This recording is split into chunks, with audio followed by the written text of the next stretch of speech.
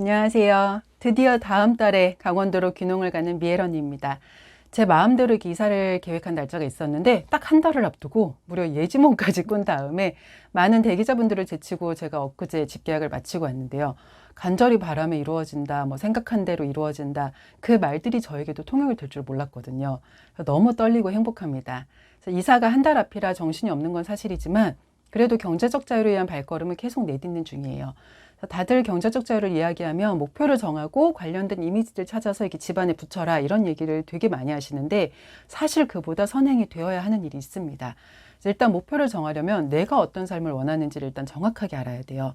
근데 평소에 막연히 바란 생각이랑 목표는 정말 완전히 다르다는 것도 먼저 충분히 인지를 하셔야 됩니다. 그래서 어떤 집에 살고 싶고 인테리어는 어떻게 하고 싶고 이런 거는 지금 필요한 작업이 아니기 때문에 현재 단계에서 그 이미지들을 찾아보다가 시간을 버린다? 이건 정말 낭비입니다. 그래서 내가 원하는 삶을 딱 하나로 표현을 해보려면 일단 나를 먼저 정확하게 알아야 되고 또 현재 내 상태도 정확하게 알아야 되고 또 스왓이라고 하죠. 나의 장점, 부족한 점, 강한 점, 약한 점 이거를 정말 객관적으로 마주할 수 있어야 돼요. 그리고 부족한 점뿐만이 아니라 시급히 다독여줘야 될 부분들이 무엇인지도 알아야 됩니다.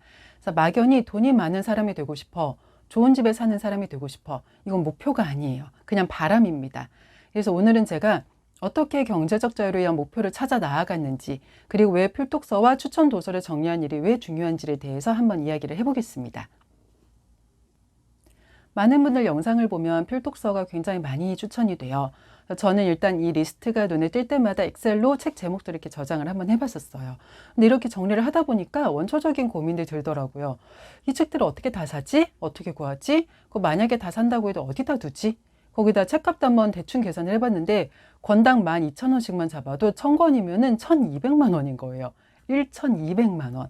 그래서 오늘 추천드리는 곳은 바로 서울에 있는 서초도서관입니다. 규모도 크지만 무료 전자책과 이북 소장 목록이 가장 많은 도서관 중에 하나가 바로 서초도서관이에요. 그래서 여기 보여드리는 곳이 다 서초도서관 소속이라서 이 중 어디를 가셔도 회원가입을 하실 수가 있습니다. 회원가입은 온라인 홈페이지에서 하셔도 되시고 현장에서 방문을 해서 하셔도 되시는데 회원가입하신 다음에 직원분한테 말씀을 하시면은 책이음 서비스를 연결을 해주세요. 그래서 그때 전자책은 어떻게 볼 수 있어요? 하고 여쭤보시면 교보도서관이라는 어플을 소개를 시켜주십니다. 책이음 서비스로 전자책 대출까지 이렇게 한 번에 다 하실 수가 있는 거예요. 그래서 이렇게 어플에서 교보도서관까지 다운로드를 받으시면 바로 당일부터 전자책 대출을 하실 수가 있습니다. 대신 사설기관 어플이 아니라 도서관 어플이기 때문에 퀄리티 이게 막 훌륭하진 않아요. 검색하는데 중간에 이렇게 자꾸 접속 오류가 난다든지 검색을 하다 말고 전화하면 이렇게 받고 오면은 그새 자동으로 로그아웃이 되어 있다든지 이렇게 사소하지만 다 괜찮다고 하기는 미묘한 그런 불편함이 조금은 있습니다. 하지만 무료입니다. 그리고 2022년 7월 기준으로 웰싱킹 뭐 이런 최신 도서는 아직 구비가 안 되어 있고 또 유튜브에서 추천하는 도서들 중에 일부는 또 구비가 아직 안 되어 있어요. 근데 대신 어플에서 신청 도서를 받으시더라고요. 그러니까 도서관 쪽에서도 다음 도서를 구입하실 때 참고를 하시는 것 같아요. 그럼 왜 추천 도서를 전자책으로 대출해서 봐야 되느냐?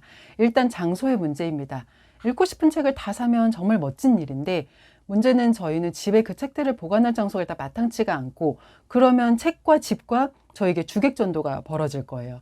게다가 저희는 일단 추천을 받고 한번 읽어볼까 하면서 이제 갓 마음을 먹은 단계라서 그 책의 내용이 저희와 잘 맞을지 아닐지 아무도 모르는 거예요. 그러니까 모든 책을 다 구입을 할 수는 없기 때문에 일단 전자책을 통해서 먼저 읽어보고 두고두고 옆에 두고 내가 여러 번 정독을 해야 되겠다. 그런 책들이 있다면은 그 책들은 나중에 한 권씩 한 권씩 개별적으로 구입을 하시는 게 어떨까 싶어서 서초도서관을 먼저 소개를 해드리게 되었습니다.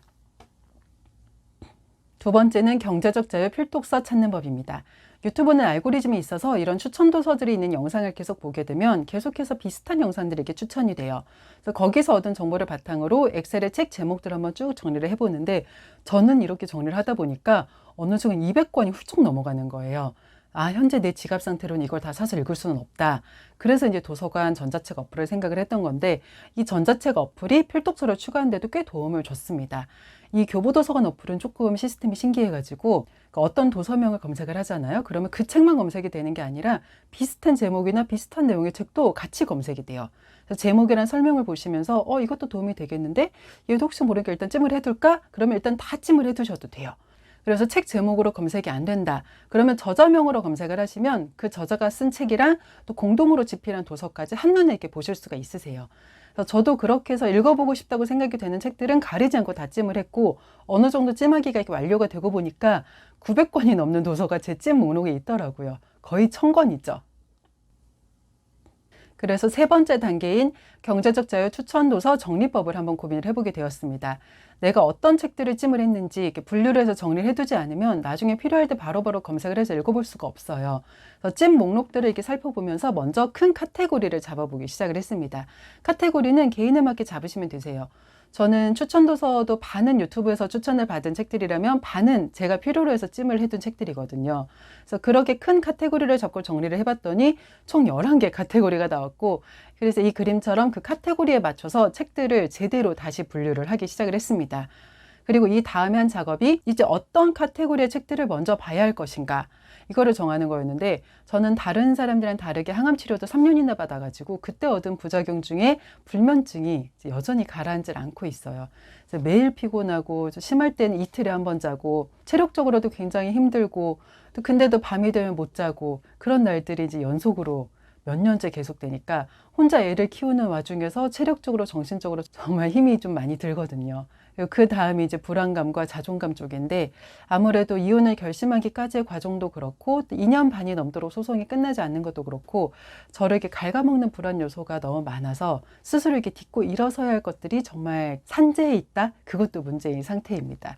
그래서 자존감, 습관 잡기, 개인적인 돈 공부, 마케팅, 1인 기업, 그리고 자녀 공부, 인성이나 뭐 공부나 경제 같은 거, 글쓰기, 요리와 건강 이런 식으로 저는 카테고리를 나눠서 심사숙고를 한 다음에 제 상황에 맞춰서 어떤 분류의 책들이 가장 시급한지 이걸 정해서 다시 재분류를 했어요.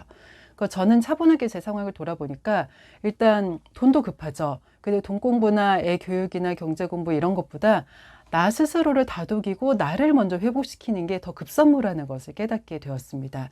그래서 막연히 알고는 있었지만 이렇게 가깝게 두고 고민을 해본 적은 없었거든요.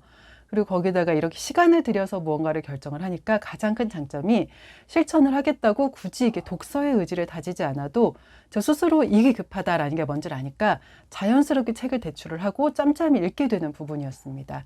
그래서 제 상황에 맞춰서 카테고리 순서를 정한 다음에는 이제 찜을 해둔 책들 중에서 내가 생각했을 때 이 중에 내 상황에 맞춰서 먼저 읽어야 될 책, 이게 뭔지를 다시 한번 살펴보고 그건 노란색으로 다시 한번 표기를 했고 또 이렇게 표기를 하다 보니까 그 중에서도 더 급하거나 더 먼저 읽어보고 싶은 책들이 있더라고요. 그래서 그거는 푸른색으로 다시 한번 재표기를 했고 또 여기서 이제 읽은 책들, 이거는 이제 회색으로 표기를 하자 이렇게 스스로 정하고 하고 있는 중입니다. 그래서 만약 누가 이렇게 하는 거야, 이렇게 해 이랬으면은 아마 이만큼까지 정리도 못했을 것 같고 순서도 못 잡았을 것 같은데 제가 주도적으로 흐름을 짜니까 이 순서대로 지식을 이렇게 쌓아 나가면 미래의 내 모습이 이렇겠구나 하고 눈앞에 그려지는 거예요. 그 상상이 너무 설레더라고요. 정말 별거 아닌 것 같은데 이 작업을 하기 전에 저와 이 작업을 끝낸 이후에 제가 제 안에서 완전히 달라져 있다는 것도 느껴지고 또 무엇보다 내가 진짜 할 수 있겠다. 이 생각이 드니까 자신감이 정말 굉장히 많이 상승을 했습니다. 사실 다음 달에 이사도 앞두고 있고 40년 무면허자 생활을 청산하기로 해서 지금 운전면허 학원도 다니는 중이라 또 애도 곧 방학이에요. 그래서 정말 정신이 하나도 없고 이사 날짜는 정해져 있으니까 그 안에 이건 끝내놔야 돼. 이게 너무 많아가지고 사실 마음은 정말 급해요. 매일매일. 그래도 이렇게 카테고리를 나누고 순서도 잡고 그랬더니 한 번씩의 마음이 튀어나가려고 할 때마다 제어가 되어서 그런 부분들에도 꽤 많이 도움을 받고 있습니다. 저처럼 이제 막 경제적 자유를 위해 첫 단계를 나아가는 분들에게 제 도전이 많은 도움이 되셨으면 하는 바람으로 영상을 찍게 되었습니다. 읽은 책들은 저를 위해서도 그리고 다른 분들을 위해서도 독서록도 꾸준히 한번 올려보도록 하겠습니다. 달콤한 내일을 위해 오늘도 일벌은 일을 하러 갑니다. 안녕.